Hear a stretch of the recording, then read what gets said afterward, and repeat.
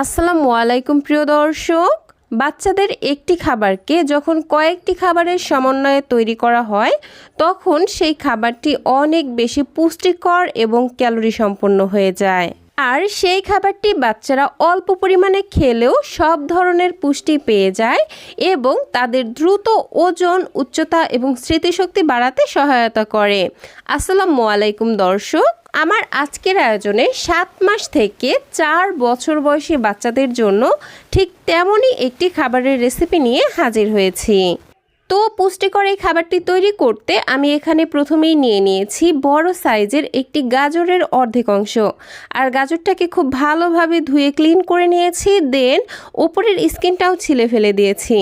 এখন এরকম একটি গ্রেটারের সাহায্যে গাজরটিকে খুব ভালোভাবে গ্রেট করে নিব। আপনারা চাইলে এই গাজরটিকে ছুরি বা বটির সাহায্যে কুচি কুচি করে কেটেও নিতে পারেন। এখন এটাকে একটা সাইডে রেখে দিচ্ছি আর অন্য আরেকটি বাটির মধ্যে নিয়ে নিচ্ছি 2 টেবিল চামচ পরিমাণ চিরা। আমি এখানে সাদা চিরা নিয়েছি, তবে আপনাদের হাতের কাছে লাল চিরা থাকলে এখানে লাল চিরাই নিয়ে নেবেন, কারণ সাদা চিরার তুলনায় লাল চিরার পুষ্টি গুণাগুণ কিন্তু অনেক বেশি থাকে। একই সাথে এখানে নিয়ে নিচ্ছি 2 টেবিল চামচ পরিমাণ ওটস। আমি এখানে রোলড ওটস নিয়েছি, আপনারা আপনাদের বাচ্চাদেরকে যে ওটস খাওয়ান এখানে সেই ওটসই ব্যবহার করতে পারবেন। এখন এই সব কিছুকে পানির সাহায্যে খুব ভালোভাবে ধুয়ে নিব। মোটামুটি 3 থেকে 4 বার পানি পাল্টে পাল্টে এই চিরা এবং ওটসগুলোকে ধুয়ে নিয়েছি। এখন এগুলোর মধ্যে আরও কিছুটা পরিমাণ পানি দিয়ে একটা সাইডে রেখে দিব, যাতে করে চিরাগুলো বেশ ভালোভাবে ভিজে নরম হয়ে আসতে পারে। যাই হোক, এটাকে একটা সাইডে রেখে দিচ্ছি আর সরাসরি চলে যাচ্ছি চুলায় একটি পরিষ্কার প্যান বসিয়ে নিয়েছি আর এই প্যানের মধ্যে দিয়ে দিচ্ছি 1 টেবিল চামচ পরিমাণ ঘি।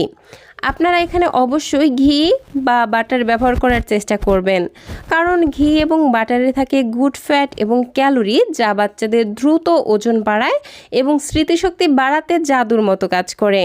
আর 6 মাসের পর থেকেই কিন্তু বাচ্চাদের খাদ্য তালিকায় অল্প অল্প করে ঘি বা বাটার এগুলো যুক্ত করতে পারবেন।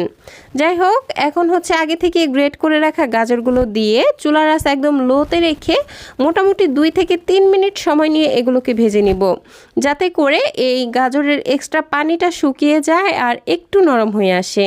আর এইভাবে গাজরটা ভেজে নিলে খাবারটির টেস্ট কিন্তু অনেক ভালো আসে। এই তো আমার গাজরগুলোকে 2-3 মিনিট ভেজে নেওয়া হয়ে গেছে। এখন এগুলো রান্না হবার জন্য দিয়ে দিব পরিমাণ মতো লিকুইড গরুর দুধ। আমার বাচ্চার বয়স 1 বছরের বেশি, তাই আমি এখানে খাবারটি গরুর দুধ দিয়ে রান্না করছি। তবে যাদের বাচ্চাদের বয়স 1 বছরের কম, অর্থাৎ যারা এখনও বাচ্চাদেরকে গরুর দুধ খাওয়ার অভ্যাস করেননি, তারা এখানে নর্মাল পানি দিয়ে খাবারটি রান্না করবেন। একই সাথে আগে থেকেই ভিজিয়ে রাখা চিরা এবং ওটসগুলোও দিয়ে দিলাম। এখন চুলার আঁচ মাঝারি করে দিব আর ঘন ঘন নেড়ে চেড়ে খাবারটিকে রান্না করে নিব। এই পর্যায়ে আমি খাবারটির টেস্ট বাড়ানোর জন্য দিয়ে দিচ্ছি 1 চা চামচ পরিমাণ লাল চিনি আর 1 চিমটি পরিমাণে লবণ। তবে 1 বছরের কম বয়সী বাচ্চাদের জন্য খাবারটি রান্না করলে কিন্তু এই দুইটাই স্কিপ করবেন, কারণ 1 বছরের আগে বাচ্চাদের খাবারে কোনো ধরনের লবণ এবং চিনি দেয়া অ্যালাউড না। এই তো এখন আর কিছুই না, জাস্ট নেড়ে চেড়ে খাবারটিকে খুব ভালোভাবে সেদ্ধ করে নিতে হবে। খাবারটি রান্না হতে খুব বেশি একটা সময় লাগে না, মোটামুটি 5 থেকে 6 মিনিট রান্না করে নিলে কিন্তু এই সব কিছু খুব ভালোভাবেই সেদ্ধ হয়ে যাবে। তো খাবারটিকে চুলা থেকে নামানোর আগে আমি এখানে 1 চা চামচ পরিমাণ মিক্সড বাদামের গুঁড়া দিয়ে দিলাম। এখানে 3 থেকে 4 ধরনের বাদাম একসঙ্গে গুঁড়া করা রয়েছে। আর এই বাদামের গুঁড়া যদি বাচ্চাদের খাবারে ব্যবহার করা হয় তাহলে সেই খাবারের পুষ্টি গুণাগুণ কিন্তু অনেক বেশি বেড়ে যায়। বাচ্চাদের জন্য ঘরেই কিভাবে স্বাস্থ্যসম্মত উপায়ে বাদামের গুঁড়া তৈরি করবেন তার রেসিপি কিন্তু আমার চ্যানেলে দেওয়া আছে, আপনারা চাইলে দেখে নিতে পারেন। তো কথা বলতে বলতে এদিকে কিন্তু আমার খাবার অলমোস্ট রান্না হয়ে গেছে। আমি খাবারটিকে ঠিক এরকম ঘনত্বে রেখে চুলা থেকে নামিয়ে নিচ্ছি। আর এই তো তৈরি হয়ে গেল বাচ্চাদের জন্য ভীষণই পুষ্টিকর, ক্যালোরিবহুল এবং মজাদার একটি খাবারের রেসিপি। এই খাবারটি বাচ্চারা অল্প পরিমাণে খেলেও বেশি পরিমাণে পুষ্টি পাবে এবং বাচ্চাদের দ্রুত ওজন বাড়াবে, উচ্চতা বাড়াবে এবং মেধার বিকাশ করবে। একই সাথে বাচ্চাদের রোগ প্রতিরোধ ক্ষমতা বাড়াবে, কোষ্ঠকাঠিন্য দূর করবে এবং বাচ্চাদের গায়ের রং ফর্সা করতেও অনেক হেল্প করবে। তো তো দর্শক, এই ছিল আমার আজকের আয়োজন। ভিডিওটি ভালো লাগলে প্লিজ একটি লাইক দিবেন।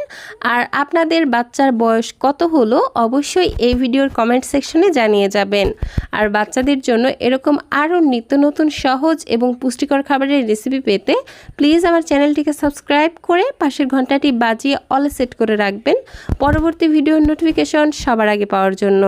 আজকের মতো বিদায় নিচ্ছি। আল্লাহ হাফেজ। আসসালামু আলাইকুম।